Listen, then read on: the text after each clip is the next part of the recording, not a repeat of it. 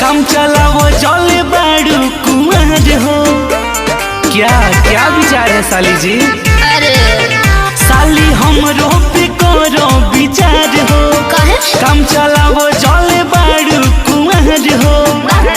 सेनुरा भराई तो भतारा लेके जाई। अभी प्यार का पढ़ाई मेरे साथ पढ़िए। जीजा चुल्लू भर पानी में डूब मरिए। दो बच्चों के बाप है सदम करिए।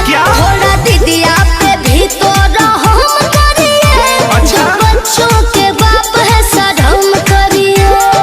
पागल हो क्या? पागल हो क्या? सदम करिए। म्यूजिक विराज।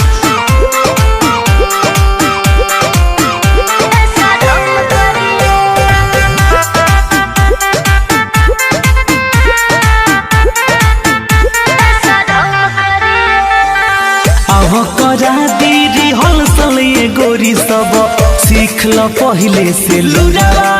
अच्छा जैबू तो दिक्कत न होई करे जा तुहरा ससुरावा। मत सिखाई नाये जीजा जी हमरा बड़ी डर लगता।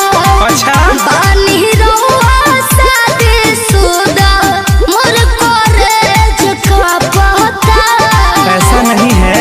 मौका के फायदा उठा लो ये गोरी। प्यार करे दो हमसे नहीं डरे। जीजा चुल्लू भर पानी में डूब मरिए। दो बच्चों के बाप है शर्म करिए। अरे नहीं जी। दीदिया पे भी तो रहम करिए। दो बच्चों के बाप है शर्म करिए। कैसा शर्म करूं?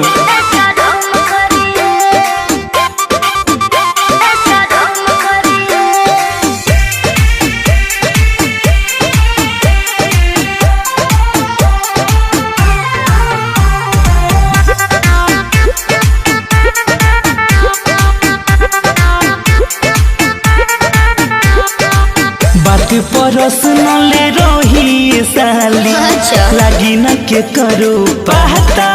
अरे चली ना। मुनुअल बेला राहुल रसिक से जोड़ल तू नाता। अभी बहानी हम कुआर तहरा लाग जाए पाँव। अच्छा हम दीदिए से चलाइए सुनिए जीजा जिया। कहल हमारी कर सुनाए प्यारी। अपन जिद पे नहीं अड़े। जीजा चुल्लू भर पानी में डूब मरिए। दो बच्चों के बाप है सदम करिए। थोड़ा दीदिया पे भी तो रहम करिए। दो बच्चों के बाप है सदम करिए। प्लीज ऐसा नहीं बोलिए। I love you.